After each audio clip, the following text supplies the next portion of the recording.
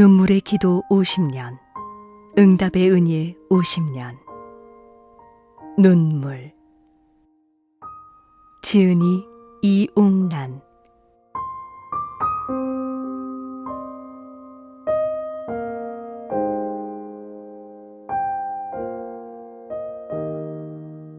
(50년) 함축하여 고백합니다. 아, 벌써 50년. 땅을 보며 주여 어찌하오리까. 하늘 보고 주님 감사하옵니다. 이 두 마디 외침의 고백 속에 광야의 50년을 지나왔습니다. 이 50년의 승리는 오직 하나님이 하셨습니다. 평생 사랑과 기도와 섬김으로 동역해 주신 저희 어머니 안을순 권사님, 국내외 존경하는 목사님과 사모님들, 함께 웃고 울어주신 사랑하는 수많은 성도님들, 그리고 황무제길, 태산 줄령을 함께한 기도원 가족들, 이 50년의 동행이 감사의 오늘이 있음을 고백하며 마음 다해 뜨거운 감사를 드립니다. 감림산 50주년, 감사의 오늘, 오직 주님께만 영광 올려드립니다. 2018년 8월 15일, 감림산에 서 있는 나무 이옥란 올림.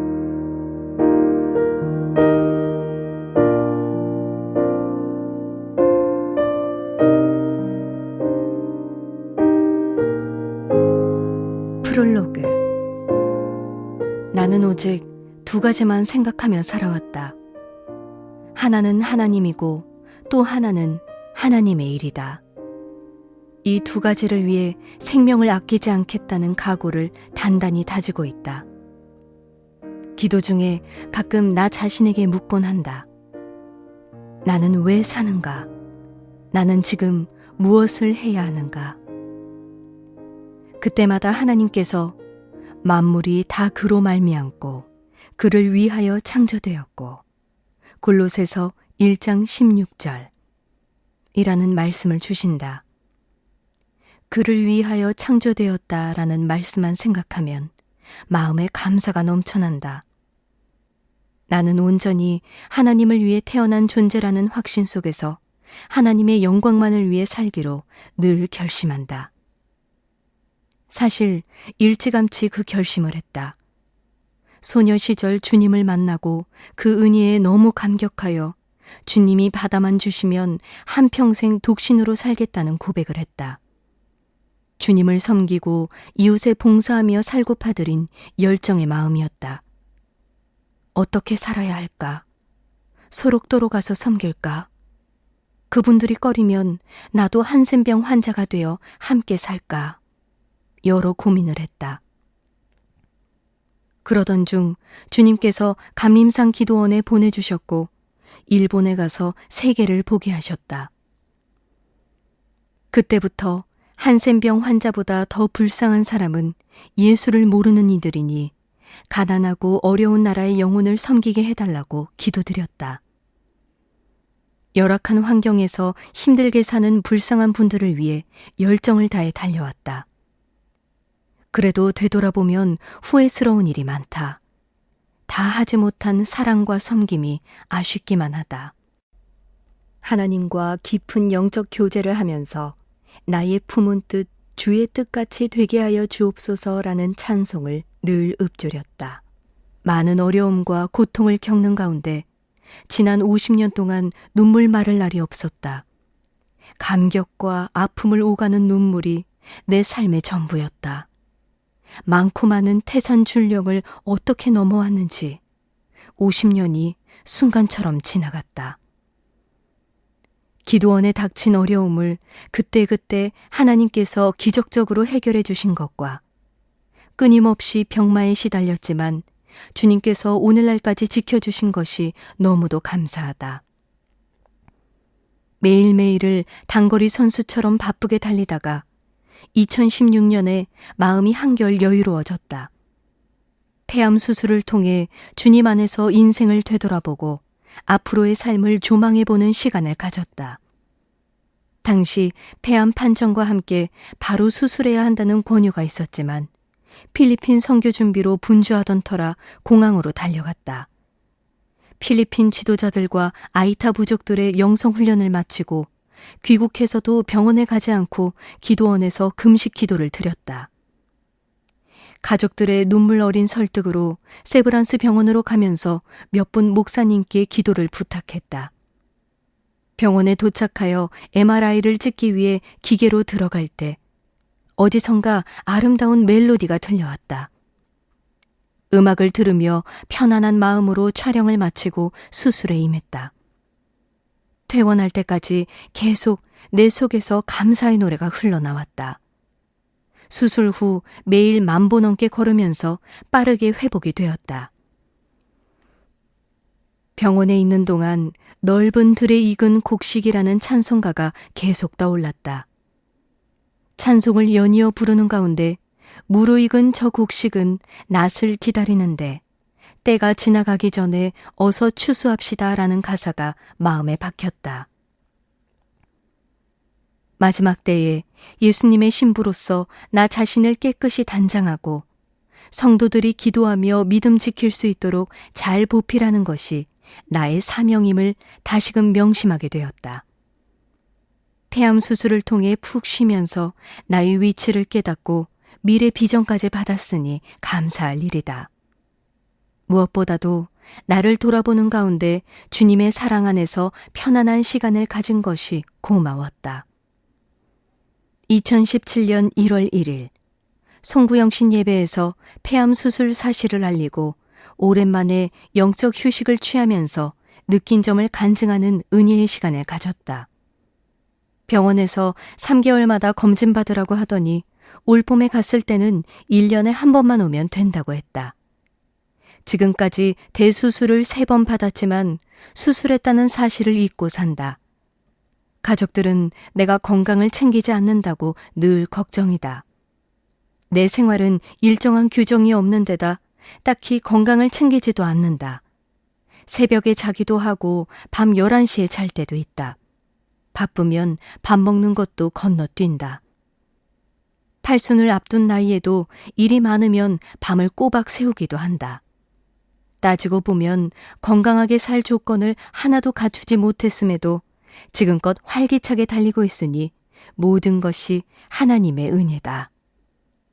기도원의 맑은 공기와 좋은 물, 많이 움직이고 소식하는 것이 내 건강에 도움이 되었을 것이다. 처음 기도원에 올 때부터 일어난 기적이 지금도 계속되고 있으니 나의 50년 고백은 기적의 고백이라고 할 수 있다. 1968년 10월 기도의 집 문을 열면서부터 성도님들이 찾아주셨는데 1980년대는 기도의 열기가 폭발할 것처럼 뜨거웠다. 하늘나라를 사모하고 영적으로 갈급한 심령들이 전국에서 구름대처럼 몰려왔다. 1988년 올림픽이 열리고 국민소득 1만 달러 시대가 되면서 세상이 더욱 화려해지고 재미있는 놀이가 우리를 둘러쌌다. 2000년대까지만 해도 기도원을 찾는 이가 줄을 이었으나 2010년대 들어 영상매체의 번성과 스마트폰의 보편화로 기도하는 이들이 많이 줄었다. 요즘 교회를 나가지 않는 가나안 교인들이 늘어난다고 하니 기도원까지 찾아오기가 쉽지 않을 것이다. 예전에는 어머니들이 가정에 헌신하며 가족과 나라를 위해 기도를 많이 드렸다. 요즘은 여성들도 바쁘게 사회생활을 해야 하니 기도원에 올 시간을 내기 힘든 면이 있다. 그래도 꾸준히 조국과 민족, 내 교회와 내 가정을 위해 기도하는 이들이 기도원을 찾고 있다. 감림산 기도원은 출발 때부터 지금까지 연중무휴로 예배를 드리고 있다. 나의 생활도 달라진 것이 없다. 내게 주신 생명이 계속되는 한 어떻게 하면 더 열심히 복음을 전할까? 어떻게 하면 한 영혼이라도 하나님께 더 가까이 인도할까? 그 생각만 머리에 가득하다. 우리 기도원은 영취산 자락에 자리를 잡고 있지만 누구나 이곳을 감림산이라고 부른다. 1968년 9월 이 산에 올라와 감림산 기도원이라는 이름을 지었다. 내려다볼 감, 임할 임. 다시 이 땅 위에 내려오실 예수님을 상징하는 이름이다. 감림산이라고 읊조릴 때마다 우리가 간구하고 부르짖을 때 임하셔서 응답해 주시는 주님이 떠오른다. 영취산을 감림산으로 부른 세월이 반백년이 되면서 기도원 앞길이 감림산길로 명명되었다. 기도원 주소는 삼감리 산 10번지에서 감림산길 55로 바뀌었다. 감림산은 명실공히 기도하는 산이다. 감림산에서 계속 기도 소리가 울려 퍼지는 것이 나의 소망이다. 지난 날을 되새기며 남은 인생을 바라보니 한 가지 소망만 남았다. 최선을 다해 열심히 살다가 영혼의 정절을 지킨 순결한 사람으로 예수님 앞에 서고 싶다.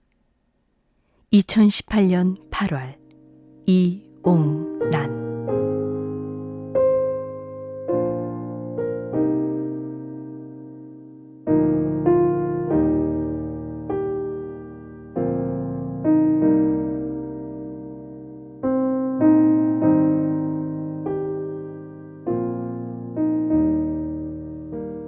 일부 배움의 길로 인도하시는 하나님. 14살에 주일학교 반사가 되다.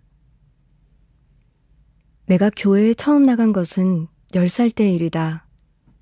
도제라는 친구가 어디 갔다 오더니 구주의 십자가 보혈로 죄 씻음 받기를 원하네 라고 노래하면서 나에게도 가르쳐 주었다.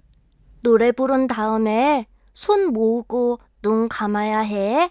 라며 눈 감는 신용을 하는 도제에게 나도 따라가고 싶다고 했다. 그렇게 해서 10살 때 방앗간 옆에 있는 교회에 다니며 찬송가도 부르고 기도도 했다. 내가 정식으로 교회에 다니게 된 것은 13살 때 일이다. 내 고향인 충청북도 청원군 오창면 탐리에 있는 들말교회에 소년 멸려회가 생겨 중학교 다니는 내내 열심히 출석했다.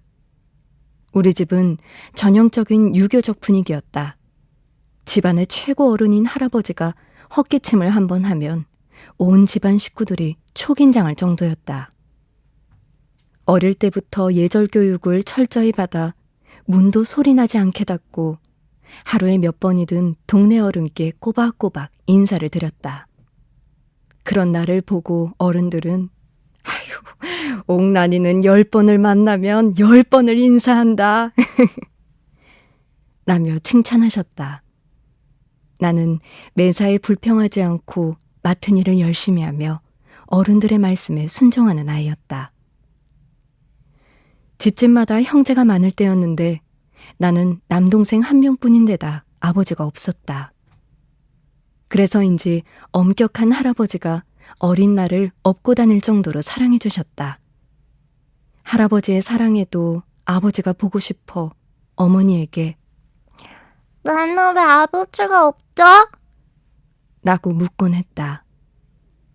그럴 때마다 어머니는 네 아버지는 먼 나라에 가셨는데 이 다음에 좋은 선물 많이 사서 오실 거야 라고 하셨다.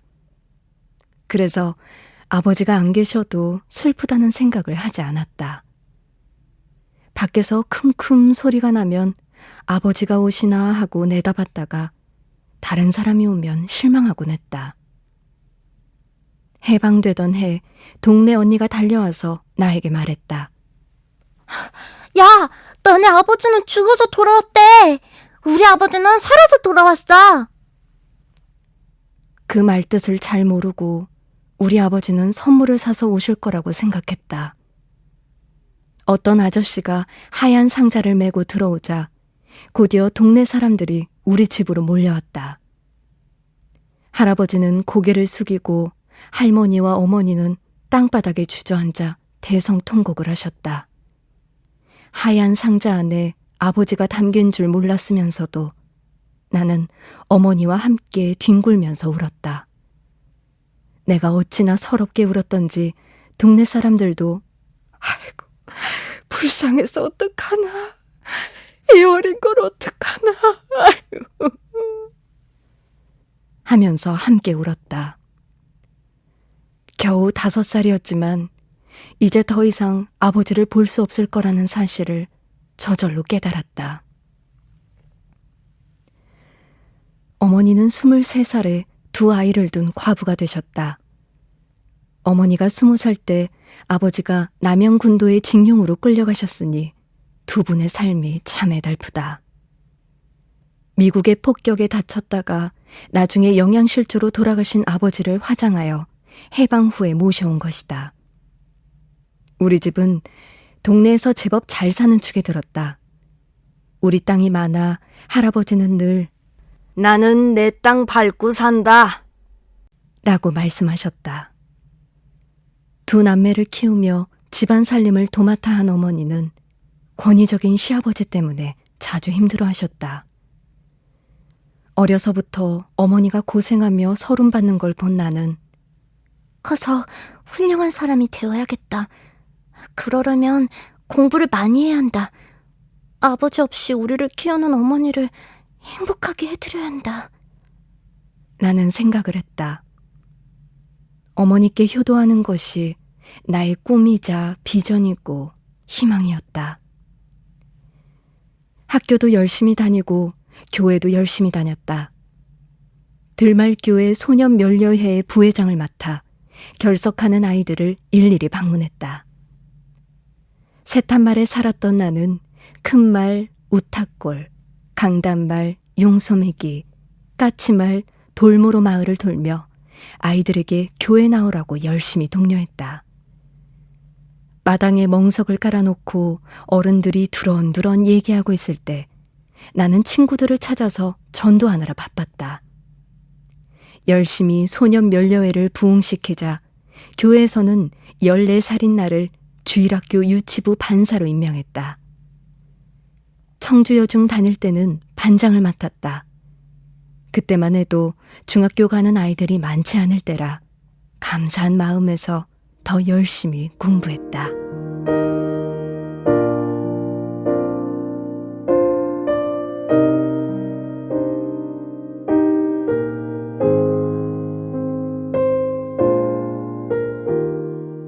여자는 공부할 필요 없다.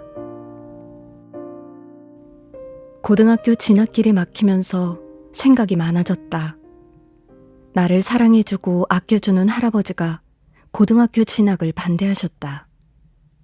친구들은 대개 강리초등학교만 다녔으니 중학교만 나와도 공부를 많이 했다고 생각하던 시절이다.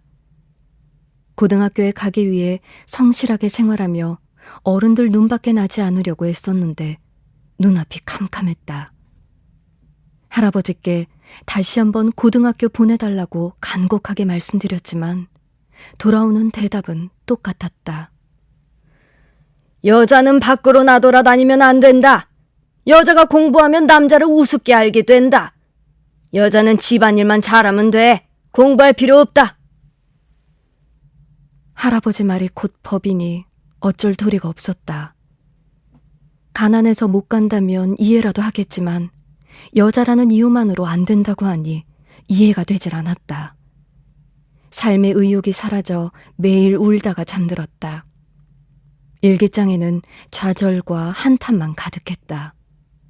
눈물이 번져 무슨 글자인지 알아보기 힘든 일기도 많았다. 착하게 살았는데 왜 나에게 이런 일이 벌어졌을까? 효녀 되려고 공부하려는데 왜 안 되나? 하나님이 살아계시면 절대 이럴 수는 없다. 이런 생각이 머리를 가득 채웠다. 몸도 마음도 아파 잠도 오지 않았다.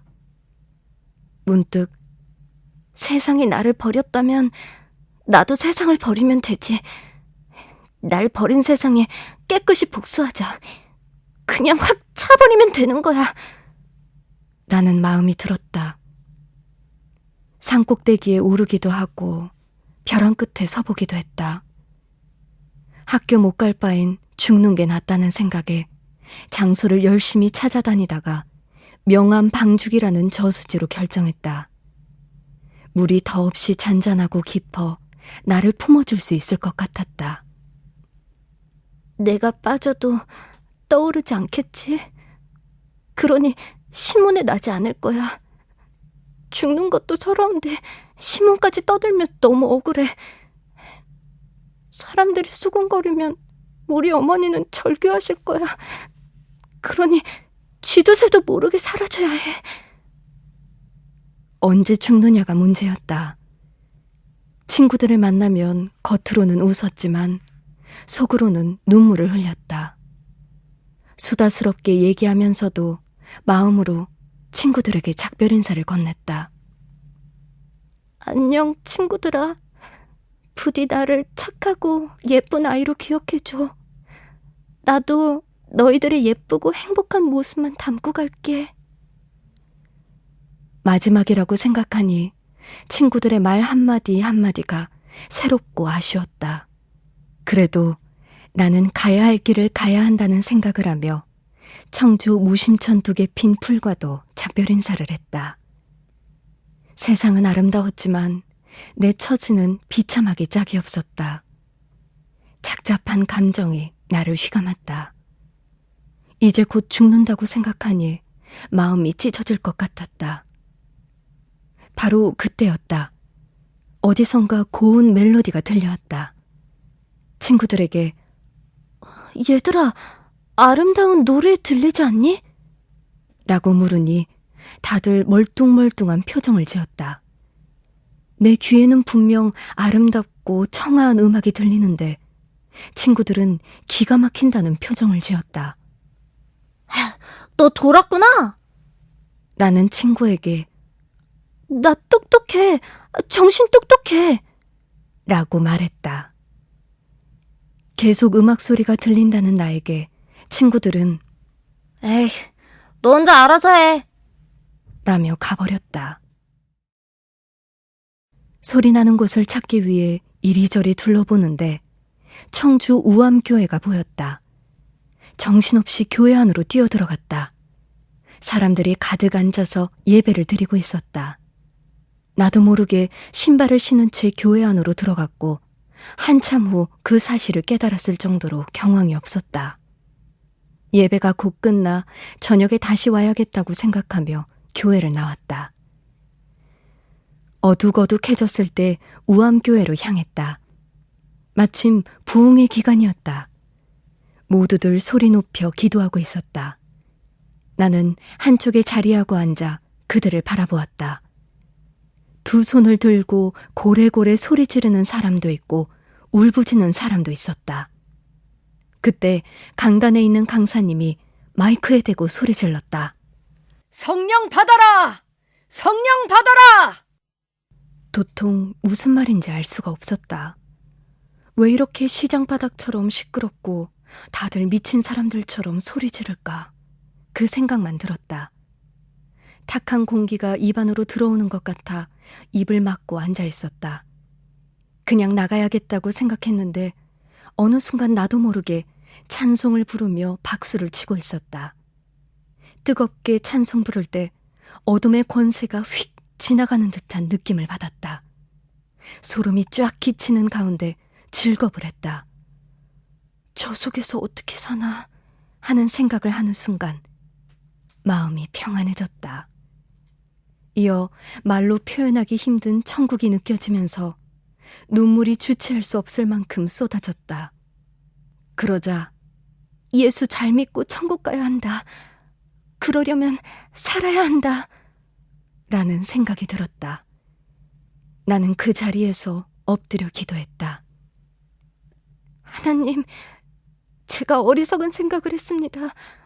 죽으려고 했던 저를 용서해 주세요. 지옥에 가지 않게 해주셔서 감사합니다. 저를 천국빛으로 인도해 주셔서 감사합니다. 앞으로도 저를 지켜주세요. 눈물로 범벅이 되어 기도를 드리자 마음 가득 기쁨이 차오르면서 죽고 싶다는 생각이 사라졌다. 그 순간 기쁨과 평화와 감사가 나를 휘감았다. 너희 안에서 행하시는 이는 하나님이시니 자기의 기쁘신 뜻을 위하여 너희에게 소원을 두고 행하게 하시나니. 빌립보서 2장 13절 말씀. 이 말씀을 그때 알았더라면 어리석은 생각을 하지 않았을 것이다.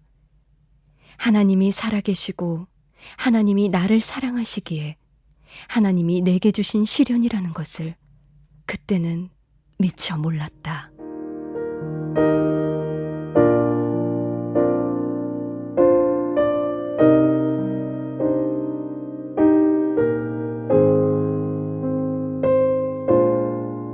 날마다 교회로 달려가다. 나를 믿는 자는 성경의 이름과 같이 그 배에서 생수의 강이 흘러나오리라 하시니, 이는 그를 믿는 자들이 받을 성령을 가리켜 말씀하신 것이라. 요한복음 7장 38절에서 39절 말씀. 살기로 한 순간부터 세상이 아름다워 보이고 무슨 일을 해도 즐거웠다. 입가에서 웃음이 떠나지 않았다. 평일에도 교회에 가서 몇 시간씩 앉아 있었다. 그때만 해도 교회에서 기도드려야만 하나님이 응답하시는 줄 알았다. 시계가 없어 몇 시인지 알 길이 없으니 잠도 자지 않고 날이 밝기만 기다렸다. 새벽마다 가족들이 깨지 않도록 조심하며 살금살금 방을 빠져나와 쏜살같이 교회로 달려갔다. 아무도 오지 않은 교회에 앉아 예수님이 만나자고 하시는데 왜 안 나오는 거지? 시계가 없어서 그렇구나. 그런 생각을 하며 종을 치다가 이원춘 영수님께 야단을 맞기도 했다. 왜 시간도 안 됐는데 종을 치니? 지금 한밤중인데 왜 동네 시끄럽게 사람들 잠도 못 자게 너무 화가 난 영수님이 말을 더듬기까지 했다. 그러면 울면서 시간을 잘 몰라서 그랬다고 얘기했다. 하지만 다음 날 예수님이 이렇게 좋은데 왜 교회 안 나올까? 그런 생각하면서 오래오래 종을 치다가 또 야단을 맞았다. 나는 할아버지가 교회 가지 말라고 할까봐 열심히 집안일을 도왔다. 이불 속에서 호롱불을 켜놓고 성경을 읽을 때면 말씀이 그야말로 꿀송이처럼 달았다. 성경을 읽으면 은혜의 증거가 온몸으로 느껴지는 기분이었다. 매일 교회에 나가서 뜨거운 마음으로 기도하느냐고 마음이 기쁘기 한량없었다. 열심히 집안일을 도우며 매사 순종해서인지 할아버지도 어머니도 교회 나가는 것을 막지 않으셨다. 온 세상이 다 내 것 같았다. 지옥에서 건져주신 것만 해도 기쁘고 감사해서 손수건이 흥건하도록 울 때도 있었다. 감사해서 울고 회개하면서 울고 행복하여 울고 기뻐서 울었다. 기도하다가 나도 모르게 외쳤다. 하나님을 기쁘게 해드리고 싶어요. 무엇이든 하고 싶은데 어떻게 해야 할지 모르겠고 가진 게 없어 드릴 것이 없어요. 어떻게 하면 하나님이 기뻐하실지 말씀해 주세요. 너희 하나님 여호와가 너희 가운데에 계시니 그는 구원을 베푸실 전능자이시라. 그가 너로 말미암아 기쁨을 이기지 못하시며 너를 잠잠히 사랑하시며 너로 말미암아 즐거이 부르며 기뻐하시리라 하리라. 에스더 3장 17절 말씀. 그때 우리 뒷집에 영택이가 떠올랐다. 영택이 어머니는 각혈까지 하는 중증 폐병 환자였는데 동네 사람들은 폐병 옮는다며 그 가족을 멀리했다. 우물에 물을 기르러 오지도 못하게 했다. 나는 그 가족을 위해 물을 길어다 주기로 했다. 누가 볼까봐 어둑어둑 해질녘에 물을 날랐다. 양말이 젖으면 어머니께 야단 맞을까봐 한겨울에 맨발로 물을 기르러 다녔다. 무릎이 아프고 발이 시려도 그 집 항아리에 물이 차는 게 기쁘기만 했다. 몸은 힘들어도 밤마다 찬송을 부르며 영택이네 집 물 항아리를 가득 채워주었다. 부뚜막에 항아리를 묻어놓았는데 가득 채우려면 멀리 있는 우물에 여러 차례 오가야 했다. 한동안 나는 영택이네 집 항아리를 채웠는데 힘들다는 생각이 들지 않았다. 우리는 그의 만드신 바라 그리스도 예수 안에서 선한 일을 위하여 지으심을 받은 자니 이 일은 하나님이 전에 예비하사 우리로 그 가운데서 행하게 하려 하심이니라. 에베소서 2장 10절 말씀.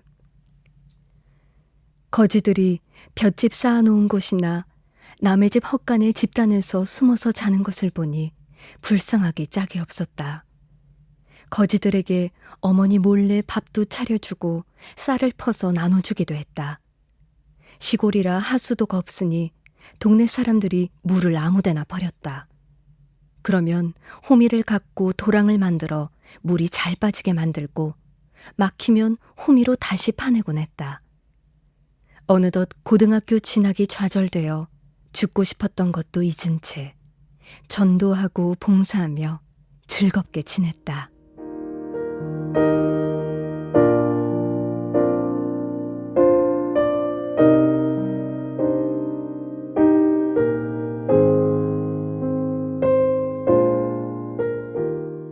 드디어 열린 배움의 길.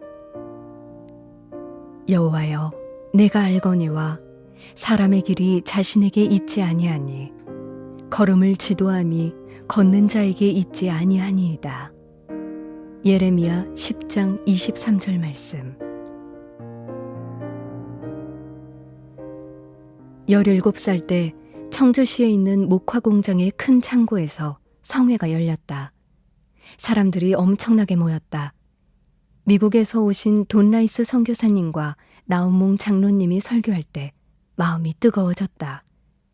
무엇보다도 용문산 기도원에서 기도원 성경고등학교와 기도원 신학교 신입생을 모집한다는 소식에 가슴이 두근거렸다. 그 학교에 꼭 가고 싶었다. 우선 금식하고 철야하면서 기도로 준비했다. 할아버지께 미국에서 오신 돈라이스 선교사님이 학생들을 그냥 공부시켜준대요. 꼭 가고 싶어요. 라고 말씀드렸다. 할아버지는 뜻밖에도 가도 좋다고 허락하셨다. 기적처럼 할아버지의 허락이 떨어졌을 때 너무 놀라 믿어지지 않을 정도였다. 기도원 성경고등학교는 학비가 무료인데다 기숙사까지 제공되었다.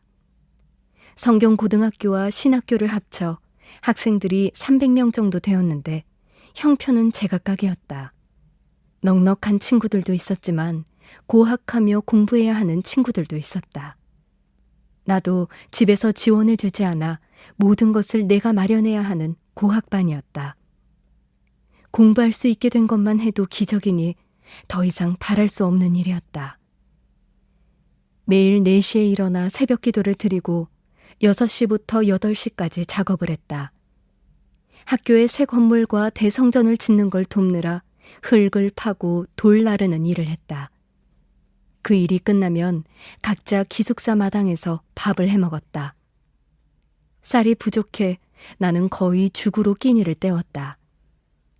돌을 고여놓고 불을 떼서 끓인 죽을 집에서 가져온 반찬과 함께 먹었는데 반찬이 떨어지면 왕소금과 간장으로 견뎠다. 9시부터 수업을 시작하여 점심은 거르고 저녁은 아침에 남겨놓은 죽을 데워 먹었다. 고학반은 조화 만들기 같은 일을 하며 보름에 쌀 1대를 받을 수 있었다. 쌀 1대로 보름을 날 수 없으니 3시에 수업이 끝나면 학교 인근의 산으로 나무를 하러 다녔다. 새끼줄로 묶은 나무를 이고 산길을 걸어 기숙사로 돌아오면 온몸이 땀으로 범벅이 된 데다 여기저기 긁혀서 피가 났다. 형편이 넉넉한 친구들에게 나무를 팔아서 11조와 감사 헌금과 주일 헌금을 했다. 헌금 봉투가 따로 없어 몇 번이나 썼다가 지우고 다시 쓰는 바람에 너덜너덜해진 노트로 봉투를 만들었다. 밥풀 몇 개를 얻어 봉투를 봉하면 빨리 헌금을 내고 싶어 주일만 기다렸다. 헌금을 내고 남은 돈으로 콩비지, 보리등겨, 밀기울 같은 걸 사서 나물 넣고 죽 끓여 먹었다. 주님을 사랑하는 마음이 가득해서 고생한다는 생각이 들지 않았다. 공부하는 것보다 배고픔을 참는 게 더 힘들었다. 그렇잖아도 먹을 게 부족한데 같은 방을 쓰는 친구와 나눠 먹느라 더 배가 고팠다. 그 친구는 일하는 걸 싫어하니 쌀을 구할 수가 없었다. 그때 우리의 구호는 나 혼자 밥 먹기보다 죽 끓여 둘이 먹자는 것이었다. 그때 쌀밥 한 번 실컷 먹었으면 소원이 없겠다고 생각했다. 집에 가면 당장 소원이 이루어지지만 공부하고 싶은 마음에 고생을 마다하지 않았다. 나무를 하고 학교에 도착하면 저녁 먹을 틈도 씻을 틈도 없이 바로 성경책을 들고 예배당으로 달려갔다. 기도하려고 눈을 감으면 숨이 차고 힘들어 저절로 눈물이 나왔다. 힘은 들지만 그래도 감사했다. 그러므로 내일 일을 위하여 염려하지 말라. 내일 일은 내일이 염려할 것이요 한날의 괴로움은 그날로 족하니라. 마태복음 6장 34절 말씀. 밤 9시에 예배가 끝나면 산으로 돌아가서 조국과 민족을 위한 기도를 시작했다. 구국기도가 끝나면 교회와 내 주변 사람들을 위해 기도했다. 산이 쩌렁쩌렁 울리도록 외치고 나면 배가 더 고팠다. 어떤 때는 배고픔을 이기기 위해 더 큰 소리로 기도했다. 하나님 사랑을 많이 받고 싶어 밤중에 나 혼자 산에 가서 기도한 일도 있다. 옆에서 기도 소리가 나면 더 크게 소리 지르며 기도했다. 산에서 2시간 정도 기도하고 돌아와서 숙제하고 복습을 했다. 사과 상자 위에 보자기를 씌운 초라한 책상이지만 공부할 수 있어 행복했다. 취침 시간이 정해져 있었지만 나는 더 공부하기 위해 밤늦게까지 불을 끄지 않았다. 사감님에게 몇 번 혼나고 난 뒤 불빛이 새어나지 않도록 담요로 창문을 가렸다. 그렇게 하면 서너 시까지는 공부할 수 있었다. 공부하다 보면 새벽 종소리가 울리기 일쑤였다. 여호와께서는 자기에게 간구하는 모든 자, 곧 진실하게 간구하는 모든 자에게 가까이 하시는도다. 시편 145편 18절 말씀.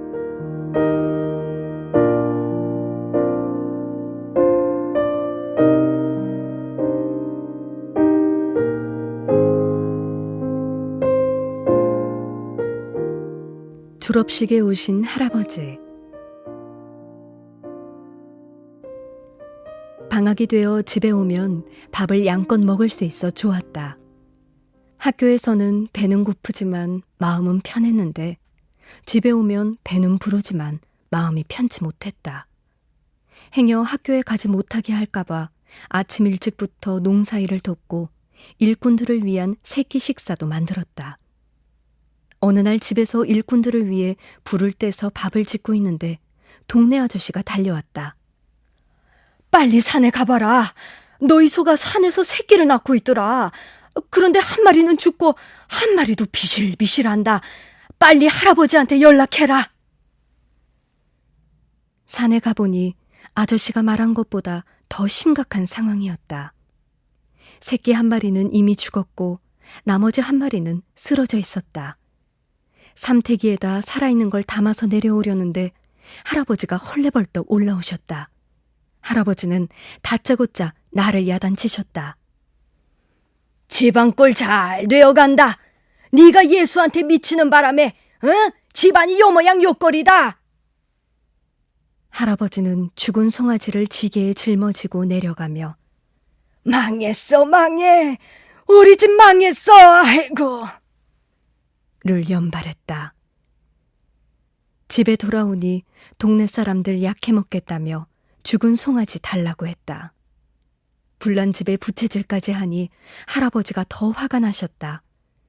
어미소의 태가 나와야 하는데 나오지 않아서 걱정이었다. 할아버지는 계속 나에게 화풀이를 했다. 멀쩡한 소가 갑자기 죽어나가는 건 필시 집안이 망할 징조다. 이게 다 너 때문이야. 네가 예수 믿는 걸 포기해라. 아니면 호적을 파갖고 나가서 예수에 미친 것들하고 살아라. 나를 사랑해 주시던 할아버지의 불호령에 아무 말도 못하고 눈물만 흘렸다. 무서운 할아버지가 눈을 부릅뜨고 병력같이 고함을 지르니 방법이 없었다. 당시만 해도 소는 재산 목록 1호였다. 내가 대답을 하지 않자 할아버지가 다시 호통을 쳤다. 둘 중에 하나를 선택하거라. 네가 계속 예수를 믿겠다면 나는 더 이상 너를 손녀로 생각하지 않겠다.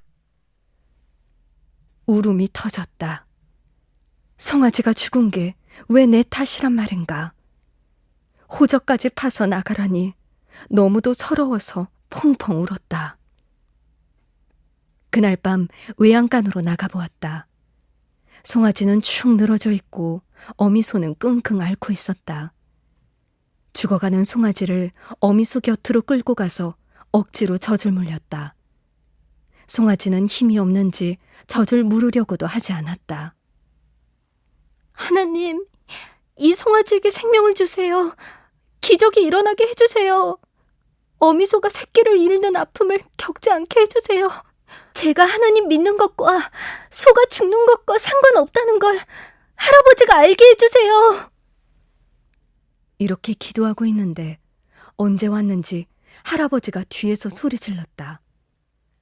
야, 네가 믿는 하나님이 병든 사람도 고치고 죽은 사람도 살린다며? 그럼 소 새끼 하나 고치는 건 일도 아니겠네. 송아지가 살아나면 하나님이 있는 거고 아니면 하나님이고 뭐고 아무것도 없는 거다. 할아버지의 고함에 숨이 멎을 뻔했다. 너무 놀란 데다 소가 낫지 않으면 하나님이 없다는 말 때문이었다. 이웃집 사람들까지 와서 나를 한심하다는 표정으로 바라봤다. 아이고, 어째서 이런 일이 생겼대? 소가 새끼를 낳고도 태를 안 낳으면 죽는다던데 이제 소도 죽고 송아지도 다 죽게 생겼어. 다시 송아지를 끌고 가서 어미소의 젖을 물렸다. 그러자 어미소가 송아지를 발로 걷어차고 나한테까지 발길질을 했다. 하나님, 이 기운 없는 송아지가 제발 어미젖을 먹게 해주세요.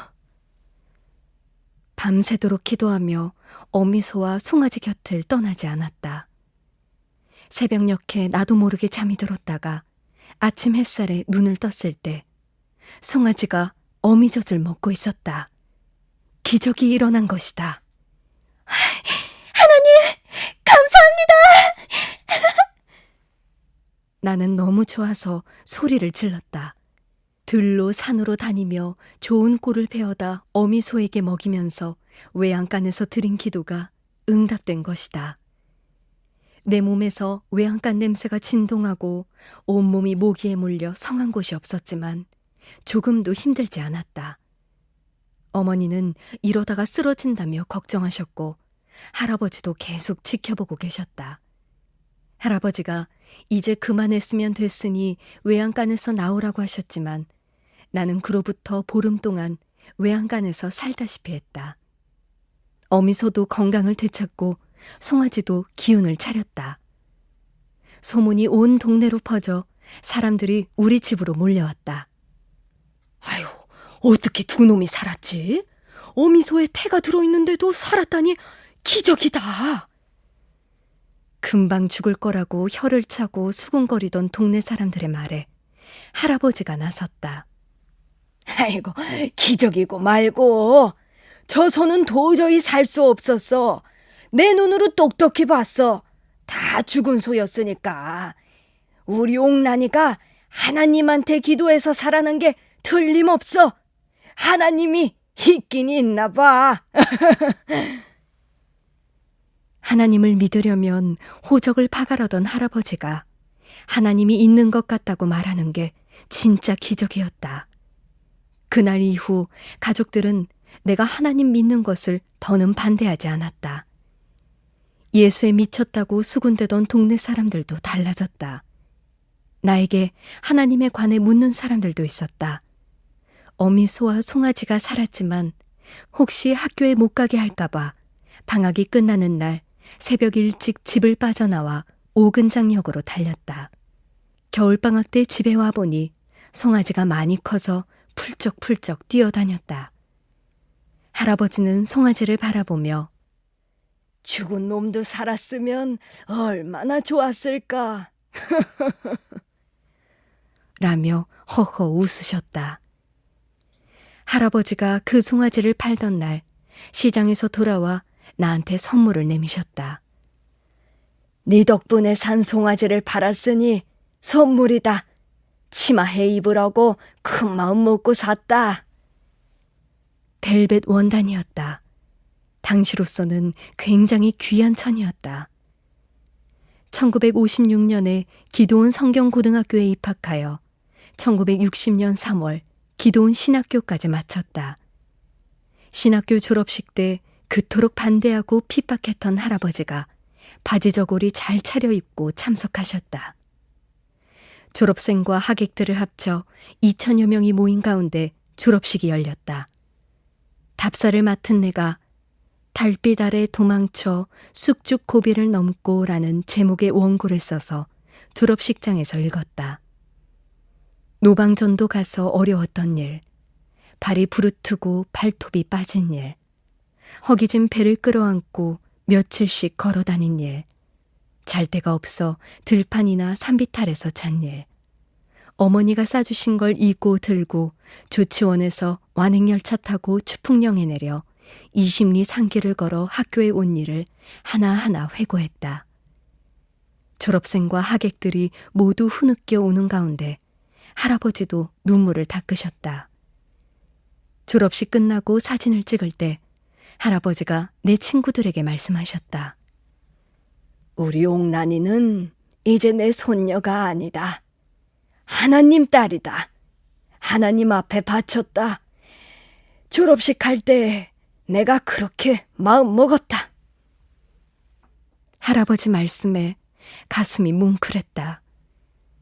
내가 신학교 졸업하고 2년쯤 지났을 때 할아버지가 돌아가셨다. 예수님을 믿지 않고 돌아가신 게 너무 마음 아팠다. 아버지를 대신해 집안을 책임지고 나를 사랑해 주신 할아버지 생각에 14시간을 울고 또 울었다. 할아버지가 하나님께 나를 바쳤다고 하셨으니 더 열심히 하나님의 일을 해야겠다고 마음먹었다.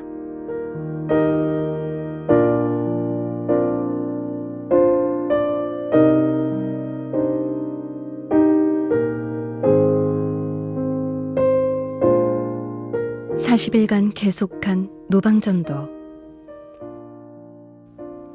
하나님 여호와께 부르짖어 이르되 여호와여 힘이 강한 자와 약한 자 사이에는 주밖에 도와줄 리가 없사오니 우리 하나님 여호와여 우리를 도우소서.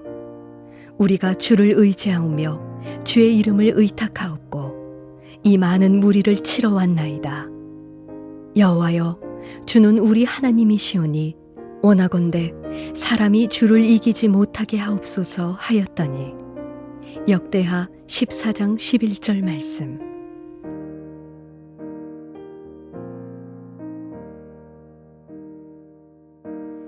성경고등학교에 입학하고 얼마 되지 않은 어느 날 밤 바위에서 기도를 드리는데 순정이라는 글자가 보였다.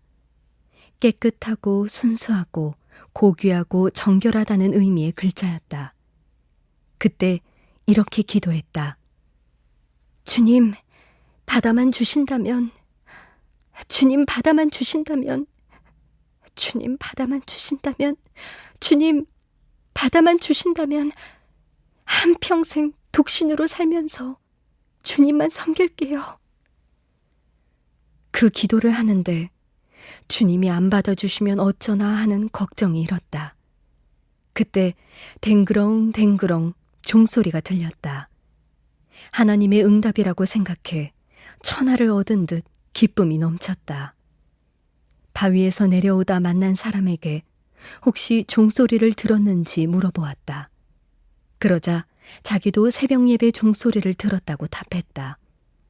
내게만 주시는 응답이 아니라는 생각에 실망하다가 내가 7시간 넘도록 기도했다는 걸 깨닫고 깜짝 놀랐다. 저녁 8시 정도에 기도를 시작해 1시간 정도 지난 줄 알았는데 새벽 4시가 된 것이다. 나는 산에서 내려오면서 순정이라는 글자와 평생 독신으로 살며 주님만 섬기겠다는 각오를 다졌다. 성경학교 시절부터 방학이 시작되면 2명씩 짝을 지어 40일 동안 전도를 하러 다녔다. 예수님의 제자들을 본받아서 돈 한 푼 없이 떠났다. 노방 전도는 쉬우면서도 어려운 일이다. 특별한 규칙이 있는 것도 아니고 사람들의 반응도 제각각이기 때문이다. 교회로 초대받아 환대를 받기도 했지만 찬물을 끼얹으며 물러가라고 호통치는 사람들도 있었다. 강원도 영월에서 어르신에게 예수 믿지 않으면 지옥 간다라고 전하자 이런 미친년! 에이, 귀신 들린 것들아! 썩 꺼져! 라고 소리 지르며 찬물을 끼얹었다. 엄동설 안에 찬물을 뒤집어 쓰자 온몸이 얼어붙는 듯했다. 그런데도 그 자리에서 도망치지 않고 덜덜 떨면서 찬송을 불렀다. 할아버지는 시끄럽다면서 그만 가라고 소리 질렀다. 나는 마음속으로 저 할아버지가 구원을 받고 천국 가야 한다 라는 생각에 2시간 정도 계속 찬송을 부르며 서 있었다. 외출해서 돌아온 할머니가 대문 앞에 서 있는 우리가 불쌍했는지 집으로 들어가자고 했다. 할아버지는 미친년이니 집에 들이지 말라! 라고 또 소리를 질렀다. 할머니는 그건 사람의 도리가 아니라며 나를 안방 아랫목에 앉혔다. 추운 데 서 있다가 따뜻한 방으로 들어오자 긴장이 풀리면서 노곤해져 나도 모르게 잠이 들었다. 잠결에 두 분이 다투는 소리가 들렸다. 나는 자는 척하며 꼼짝도 하지 않았다. 기회를 틈타 두 사람에게 전도하기 위해서였다. 마음속으로 하나님, 저 두 분을 포기하지 않게 해주옵소서 라고 기도했다. 결국 나는 그 노부부를 교회로 모시고 갔다. 그분들은 예수님을 구세주로 영접하고 신앙생활을 시작하게 되었다. 우리가 사방으로 우겨쌈을 당하여도 쌓이지 아니하며 답답한 일을 당하여도 낙심하지 아니하며 박해를 받아도 버림받지 아니하며 거꾸러뜨림을 당하여도 망하지 아니하고 고린도후서 4장 8절에서 9절 말씀. 동해안으로 전도를 하러 갔을 때의 일이다. 요란한 소리가 나서 가보았더니 큰 구판이 벌어지고 있었다. 울긋불긋한 옷을 입은 무당이 요란하게 장구를 두드리다가 꽹과리를 치며 춤을 추었다. 사람들은 허리를 숙이고 두 손 모아 빌었다. 그 광경을 보며 이 사람들을 어떻게 하면 전도할 수 있을까 하는 생각에 골몰했다. 좋은 생각이 떠오르지 않아 주여, 저들을 도와주옵소서, 저들을 불쌍히 여겨주시옵소서 라고 계속 기도드렸다. 갑자기 무당이 종이에 불을 붙여 하늘을 향해 던졌다. 종이가 활활 타오르며 하늘로 치솟았다. 무당은 그 장면을 기도가 하늘로 올라가는 것이라고 설명했다. 그러나 그 종이가 조금 떠 있는 것 같더니 바닥으로 내려앉았다. 당황한 무당이 다시 불을 붙여서 날려보냈지만 또다시 땅으로 떨어졌다. 사람들이 웅성거리기 시작했다.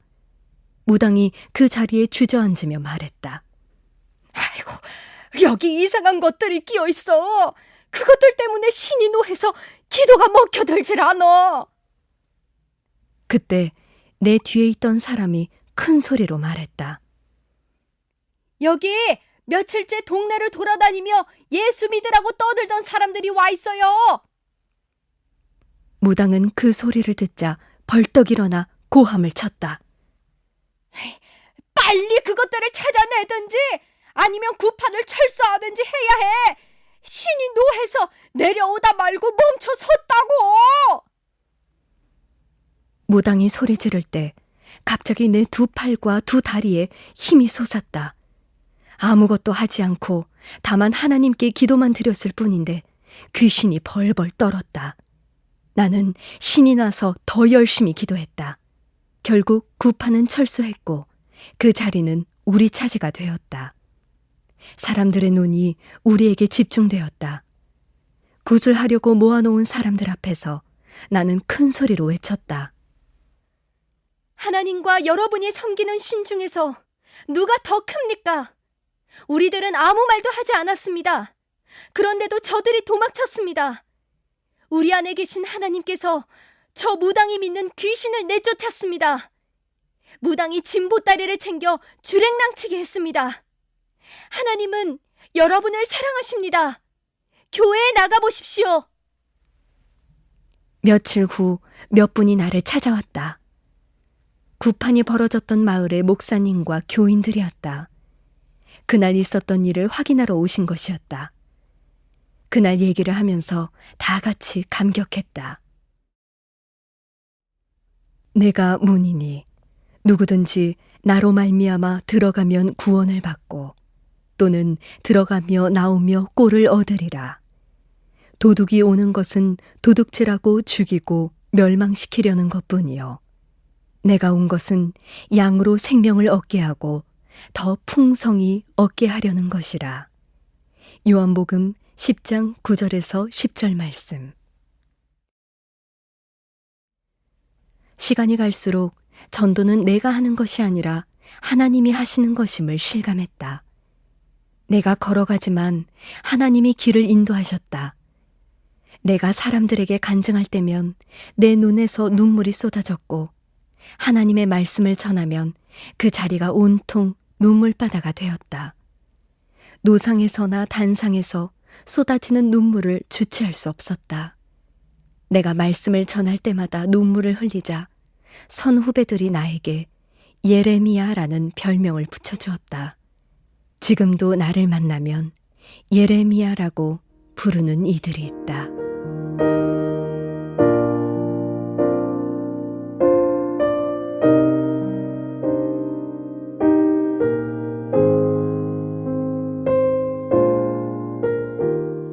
엄격한 수도 생활. 1960년 3월, 추풍령의 겨울은 을씨년스러웠다. 산속의 겨울은 유난히 길었다. 신학교를 졸업하고 친구들과 학교에 남아 수도를 하기로 했다. 허름한 건물을 보수해서 모두 입주했다. 아침에 일어나면 기도로 하루를 시작하고 종일 공부하다가 기도하기를 반복했다. 겨우내 얇은 옷 한 벌로 버티려니 이루 말할 수 없이 추웠다. 산으로 나무하러 가거나 물을 길어갈 때면 온몸이 얼어붙는 듯했다. 수도원 생활은 지극히 단조로웠다. 한 방에 두 사람이 기거하면서 먹고 자는 시간을 빼고 오로지 성경 공부와 기도에 매달렸다. 식사도 하루에 2번만 했다. 아침 저녁은 거의 수제비로 때우고 점심은 건너뛰었다. 먹을 것이 없기도 했지만 그것마저도 훈련 과정으로 생각했다. 세상과도 점점 단절되어 갔다. 처음에는 잠잘 곳이 있다는 것에 안도했지만 이대로 가다가는 세상과 담을 쌓게 될까봐 걱정되었다. 세상에 나가 복음을 전해야 하는데 세상을 접할 기회가 없었다. 그래서 수령 생활과 수행 활동을 번갈아 하게 되었다. 수령은 수도원에서 수도하는 것이고 수행은 세상과 접하며 노방전도를 하는 일을 뜻한다. 한 달 동안 10,000명에게 전도하여 예수 믿겠다는 대답을 듣겠다는 목표를 학생 때부터 세웠다. 추풍령에서 전라남도 순천 남원, 강원도 삼청 묵호 정선까지 걸어다니며 전도를 하다 보면 다리가 붓고 피멍이 드는 건 예사였다. 수행을 마치고 돌아오면 그동안 숙소에서 수령을 하던 팀이 수행에 나섰다. 수행 자체가 공부였고 주님께 더 가까이 가는 과정이었다. 여름에 강원도 삼척으로 전도를 하러 갔을 때의 일이다. 아무리 걸어도 인가가 보이지 않았다. 가도 가도 산이었다. 가지고 간 주먹밥도 다 떨어져 나무 뿌리를 캐먹으며 태백산맥을 넘었다. 전도를 나온 지 나흘이 지나자 배가 고프다 못해 헛것이 보이기 시작했다. 결국 발을 헛디뎌 언덕 아래로 굴러 떨어졌다. 같이 가던 후배가 안간힘을 쓰며 나를 잡아당겨 겨우 멈추었지만 다리에서 피가 철철 흘러 더 이상 걸을 수 없었다. 산속에 그대로 있다가는 변을 당하기에 십상이어서 후배에게 질질 끌리다시피 하며 걸었다. 허기져 힘이 없는 상황이라 미안하기 그지없었다. 후배가 더 이상 나를 끌어당길 힘이 없는 상황에서 사투를 벌이며 조금씩 앞으로 나아갔다. 그러다 옥수수밭을 발견했다. 옥수수가 새파랗게 익어갔다. 우리는 그 옥수수를 따서 먹고 싶었으나 배가 고파도 참고 갔다. 남의 것 따면 도적질이니까. 배고프고 서러워서가 아니라 고통의 순간에도 쓰다듬어 주시는 하나님의 손길이 느껴져서 아픈 다리를 끌고 눈물로 걸어갔다. 주 여호와는 나의 힘이시라. 나의 발을 사슴과 같게 하사 나를 나의 높은 곳으로 다니게 하시리로다. 이 노래는 지휘하는 사람을 위하여 내 수금에 맞춘 것이니라. 하박국 3장 19절 말씀. 거기 골짜기에서 흘러가는 물로 허기를 채운 뒤 그 자리에 쓰러져 잠이 들었다. 깊이 자고 있는데 누군가가 나를 흔들어 깨웠다. 뱀을 잡는 땅꾼이었다. 내 다리가 퉁퉁 부어있는 것을 보더니 자신에게 어필하고 했다. 아저씨가 뱀 보따리를 던져버리고 나를 업은 채 산에서 내려왔다. 그대로 두면 내가 죽을 것 같다고 했다. 나는 땅꾼의 등에 엎혀 내려오면서 하나님 은혜에 감사드렸다. 첩첩 산중에서 나를 도와줄 사람을 만난 것은 기적이었다. 산 아래 움막에 도착하자 그 집에서 우리에게 산나물 2가지와 꽁보리밥을 주었다. 땅꾼 아저씨가 나와 후배를 살피더니 뭐 하는 사람들인지 왜 험한 산중에 들어왔는지 물었다. 저희는 하나님 말씀을 전하려고 전도 여행을 다니는 중입니다. 다리를 다쳐 막막했는데 은인을 만나게 되었네요. 감사합니다. 나는 오늘 당신들이 있는 반대편 산으로 가는 중이었는데 갑자기 당신들이 있는 쪽으로 발걸음이 옮겨졌소. 당신을 구하라고 당신들이 믿는 하나님이 이끌어준 것 같네. 그 집에서 며칠 쉬는 가운데 다리가 완치되었다. 길을 떠나는 우리에게 주인장은 먹을 것을 싸주었다. 하나님은 우리를 굶어 죽지 않도록 보호하시고 가는 곳마다 도울 사람을 예비해 주셨다. 주께서 내가 앉고 일어섬을 하시고 멀리서도 나의 생각을 밝히 하시오며 나의 모든 길과 내가 눕는 것을 살펴보셨으므로 나의 모든 행위를 익히 하시오니 여호와여 내 혀의 말을 알지 못하시는 것이 하나도 없으시니이다. 시편 139편 2절에서 4절 말씀. 전도 여행을 마치고 돌아오면 또 전도하러 나가고 싶었다. 그래서 절친한 동생 매자와 함께 40일 전도 여행을 계획했다. 목표는 10,000명 정도였다. 매자는 소심한 성격이었고 나도 그렇게 활발한 편은 아니었다. 수줍음이 많은 우리가 생전 처음 보는 사람에게 먼저 다가가 말을 붙이는 건 쉽지 않은 일이다. 방법은 기도였다. 하나님께서 입술을 주관하여 말씀을 전할 때 유창하게 하시고 듣는 자들의 귀가 열리게 해달라고 기도드렸다. 너무도 가난할 때라 다들 복음에 관심이 없었다. 우리가 아무리 전해도 듣는 이들이 적었다. 매자는 사람들이 냉담하다며 도저히 못하겠다고 했다. 나는 여기서 물러서면 어디 가서도 전도를 못하니 열심히 해보자고 매자를 독려하면서 발을 정자 표시를 하여 누가 더 많이 전도하는지 내기하기로 했다. 그 후 둘이 경쟁하듯 열심히 전도하러 나섰다. 할아버지 할머니가 모인 곳에 가면 흥겨운 노래를 불러 관심을 끌고 농사 짓는 곳에 가면 발벗고 나서서 농사일을 도왔다. 그러면 신기하게도 전도가 잘 되고 먹을 것과 잘 곳이 생겼다. 늘 그런 것은 아니었다. 하루에 보통 70리 이상을 걸었는데 제대로 씻지도 못할 때가 많았다. 너무 많이 걸어 생긴 물집을 제때 치료하지 못해 고름이 흐를 때도 있었다. 다리가 퉁퉁 부어 견딜 수 없는 통증이 밀려오고 발톱이 빠지기도 했다. 관절이 끊어질 것 같은 아픔이 종아리를 타고 올라오는 일도 많았다. 거무죽죽하게 부어오른 다리를 끌며 절뚝이는 우리를 거지로 생각하는 사람들도 있었다. 고생스러웠지만 40일 동안 10,000명 전도 목표를 달성하기 전에는 절대 돌아가지 않겠다는 각오를 다졌다. 노인들이 모인 자리에 가면 그 영혼들이 불쌍해서 눈물이 절로 나왔다. 애타게 예수 믿으라고 부르짖으면 마음이 평안해졌다. 전도하다가 폐교라도 발견하면 그날은 그나마 편하게 잘 수 있었다. 하염없이 걸으며 전도했던 기억이 내 인생의 강건한 자양분이 되었고 피눈물 나는 경험들이 나를 강하게 만들었다.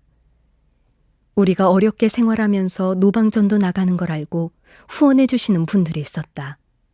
나는 끝까지 도움받지 않고 내 힘으로 생활하려고 노력했다. 그러다가 춘천에서 혼자 살며 비단 보따리를 머리에 이고 다니며 힘겹게 장사하시는 잊을 수 없는 고마운 임부영 집사님의 후원을 5년 정도 받았다.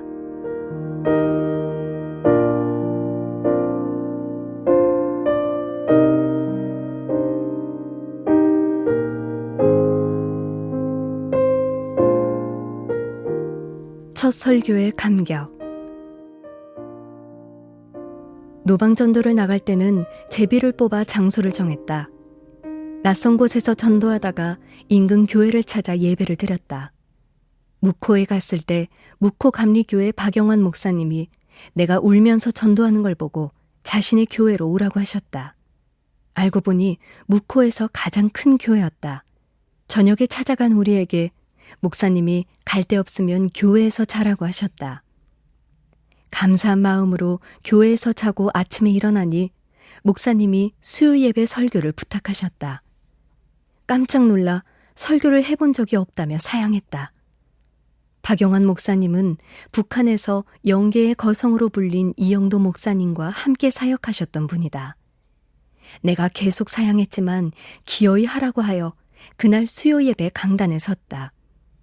처음으로 강단에 서니 떨리기도 하고 감격스럽기도 하여 거의 울다시피 하며 설교를 했다. 좁은 문으로 들어가라 라는 제목으로 뜨겁게 외치긴 했는데 끝나고 나니 뭐라고 했는지 생각이 나질 않았다. 부끄러워서 교인들의 얼굴을 볼 수가 없었다.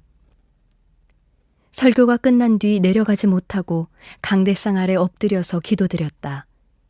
예배 끝나고 다들 가신 뒤에도 부끄러워서 가만히 있었다.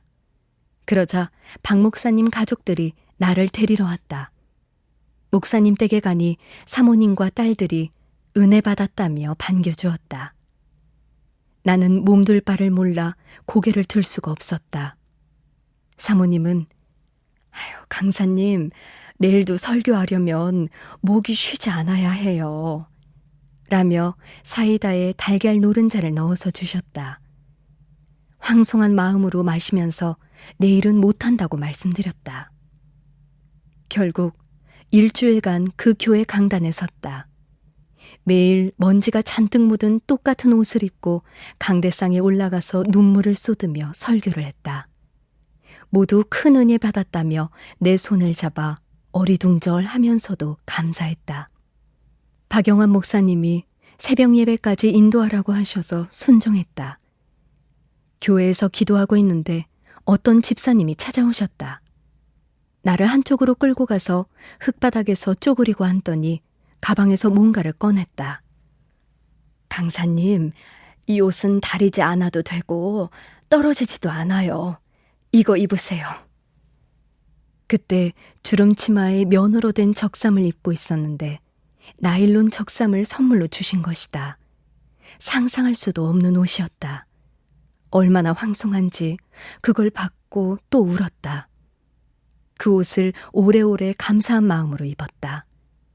수행하러 다닐 때 누가 주면 먹고 없으면 굶었다. 교회에서 잠자리를 제공하고 간증을 부탁하기도 했는데 나는 간증도 자주 하고 설교도 많이 했다. 강사료를 조금 받으면 그걸로 전도 여행할 때 유용하게 사용했다.